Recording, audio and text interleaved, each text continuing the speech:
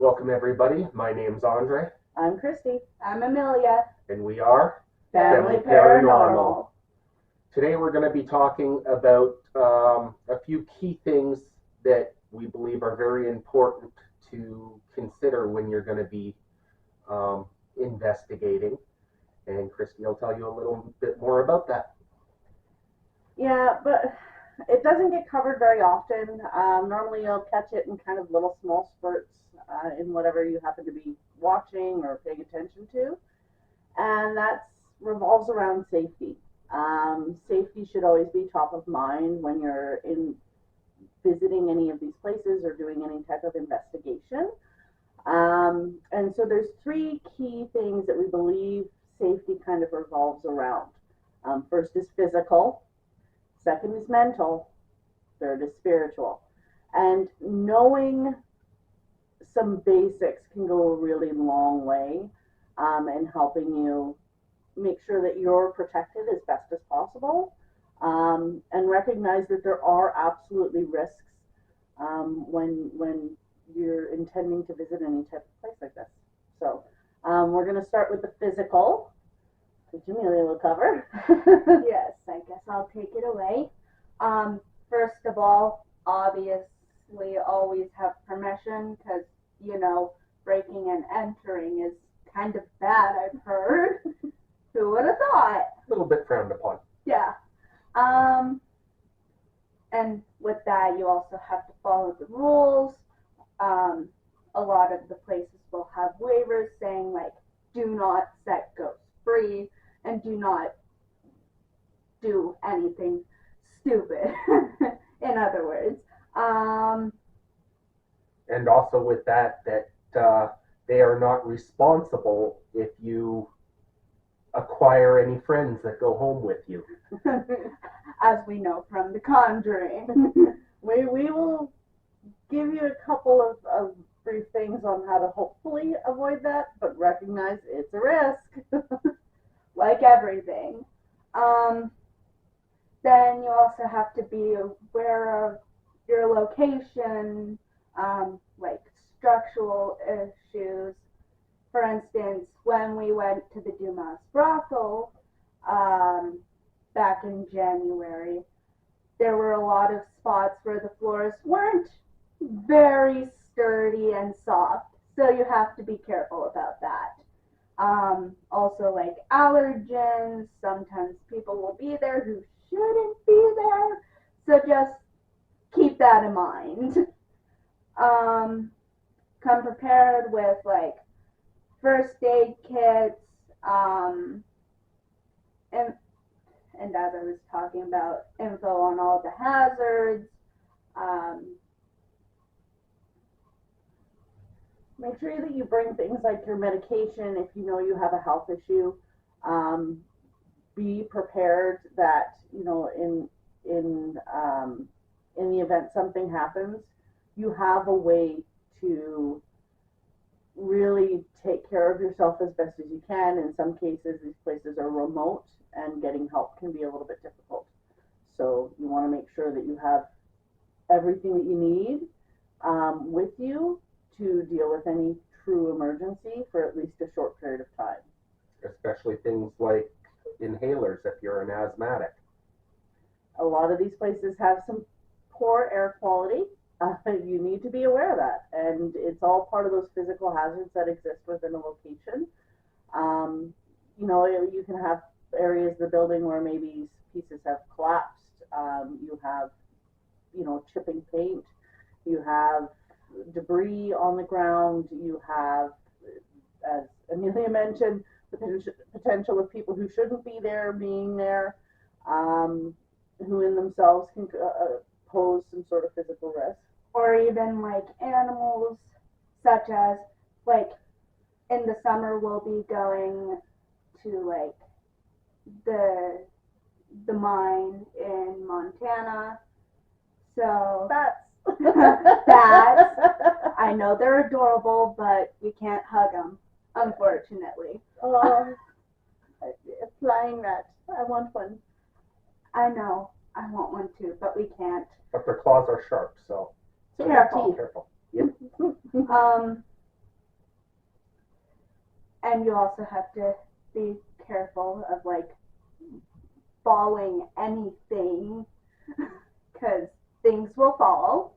It's called gravity.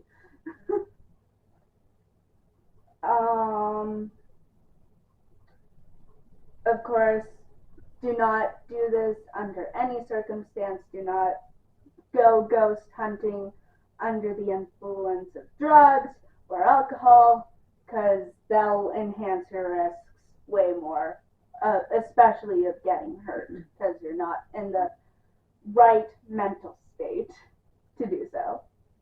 Yeah, try not to take any unnecessary risks. The reality is that you're often a guest in these places. They're not. They are somebody's place of work, and some spirits' homes. Please be respectful of that. That respect goes a long way. And for some, there are some really phenomenal locations, and if you want to be able to go back more than once, you want to make sure that you're maintaining that respect with the ownership groups that might exist. And the ghost, because you don't want to. Yeah, be their friend.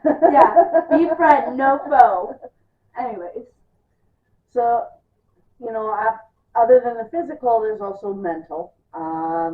There's a lot that goes into going into these locations. So, Yeah, so some of the mental things to keep in mind is understanding that many of these places have backstories that are often tragic. They may stay with you. It can definitely affect you, especially if you're more sensitive. Hi guys. Yeah. not me. This one is not an empath. Nope, not even close. Heart of stone. So yeah, and I think tying into that is don't be afraid to do some research on these places and understand what may have gone on. Know what you're getting into is all really important to the mental aspect and your mental well-being, really. Understand the risks. Make sure you go in with the right frame of mind. You do not want to be antagonizing anything, especially if you're brand new. Just don't do it. It doesn't end well. Don't poke the bear. Don't poke the bear. And a lot of locations, it's actually part of their rules that you won't antagonize. Again, they're trying to remain on friendly terms wherever possible. So, Yeah, there are a lot of good spirits out there, and the places would appreciate keeping them good spirits and almost a cohesive relationship between the people that visit and the entities that are there. Yeah, so be respectful. In other words, we know this from like kindergarten. Treat others like how you want to be treated. It's really not hard to say. Take care of yourself both before and after. Don't be afraid to lean on your support systems when needed. Seek help. There are possibilities of attachments and, being scared out of your minds.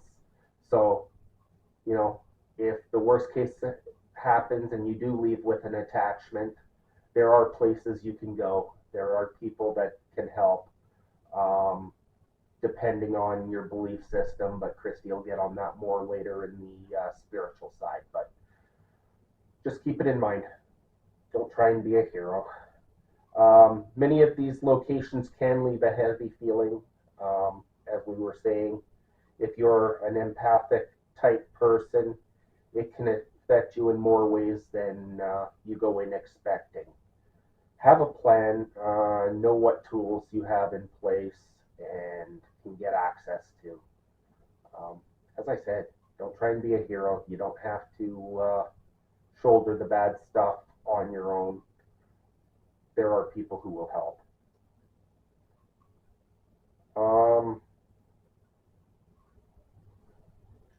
Again, taking a break. There's nothing to be ashamed of if you need to walk away from the situation for a while, or, you know, shut it down early if need be. You can always come back another day if need be.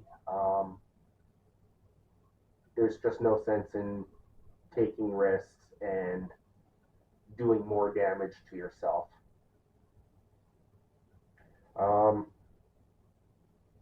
Staying positive will definitely help your mind frame. Um, Again, that can be hard to do sometimes. These locations can be very heavy. Um, Sometimes just walking in, you get a feeling of, anger or depression. Um, these places have stories, and most of them aren't very happy-go-lucky feelings. Otherwise, there wouldn't be as many spirits there. So at this point, I'll move it on to Christy for the spiritual part. Yeah, so spiritual, there's a lot to cover, and it actually crosses quite a bit with the physical and the mental pieces. Um, as often you're going to notice that there are physical and mental symptoms when dealing with anything spiritual. So it is really important to recognize that they all cross into each other, and it is very important to really understand for yourself what that looks like. Everybody's a little bit different. Everybody has different levels of sensitivity. Like we said, they're a lot more sensitive than I am, so it definitely makes a difference. So basically, before you go, make sure that you have some sort of protection in place. Everybody's a little bit different in what their belief system is. That protection looks a little slightly different from belief system to belief system. Make sure you look into your beliefs version of protection.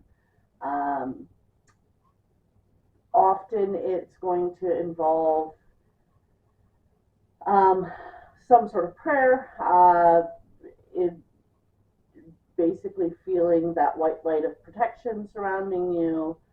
Sometimes there will be sage or holy water or holy oil that you can use to anoint yourself before going in. It's really going to depend on you and your personal beliefs, what you're going to use. But they're just as effective from one to the other. I think it's really important to recognize that a lot of it is your belief and your intent. Intent goes a long way. So making sure that you're true in what you're trying to protect yourself with is going to make a huge difference. Like for instance, I tend to carry around like my amethyst necklace. Yep. I even found when we went ghost hunting in January that it kind of helped me against the really heavy feelings that these two kind of had. Yeah, we came in contact and didn't entirely realize it. It was a whole thing. we realized later with the EVPs that we caught, it was quite interesting. Yeah. Ensure to create boundaries when you go into a location and when you're leaving a location. You absolutely should be creating boundaries, and those boundaries are very, very simple. So you literally state your intention. It's you're not allowed to touch me. You do not have permission to harm me or my family or whoever is with you. You do not have permission to follow me. You must stay here. We're here to have a conversation with you and learn your story. And you can repeat that a few times when things start ramping up a little bit. It normally does help. And when you're leaving, it is really important that you reiterate, you do not have permission to follow me. You must stay here. Again, it's about avoiding those potential friends that you might take home that maybe you don't want to take home. It's like when your friend stays over for a sleepover, but they won't go. Yeah, except for you can't see them and they're throwing stuff around your house. Yeah, they're not all Casper and friendly. No.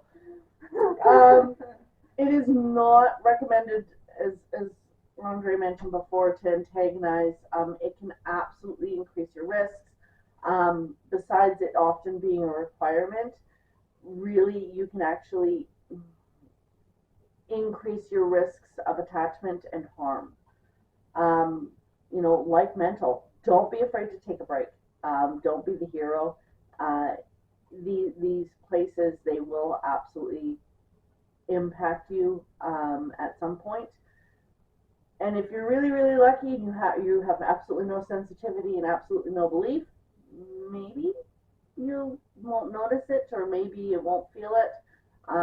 But the reality is, if you do, you need to know when to step back. As I mentioned, often they're crossing each other, mental, physical, and spiritual. Those all come with their own symptoms.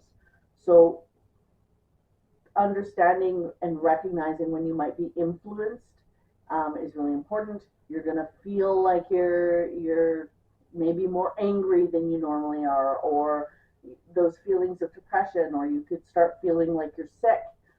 You might be feeling dizzy or unwell. Those are all parts of experience. In worst case scenario, you could be scratched to where you feel a searing pain, and all of a sudden you have claw marks on you from some unknown entity. Yep. Or grabbed or pushed. Random pains. Sometimes if you're empathic enough, you may start feeling the pains of the individual that you might be trying to make contact with and not even realize it. It's just important to recognize that these things can happen. They don't happen to everyone, but it is certainly something that does happen, especially in a lot of those places that are well known for being haunted. They're well known for a reason. It's not because just a bunch of random people put it out there. It's because those people have had true experiences, and in some cases have actually documented it. So it's really important to recognize that those risks exist. Making sure that when you start feeling that you're being influenced, or that you've been scratched, or you've been grabbed or pushed or something, or pulled, reiterate your boundaries. If you feel like you need to do another cleansing at that point, go do one. Don't be afraid to step outside. Take a break. Go outside. Step away from the situation.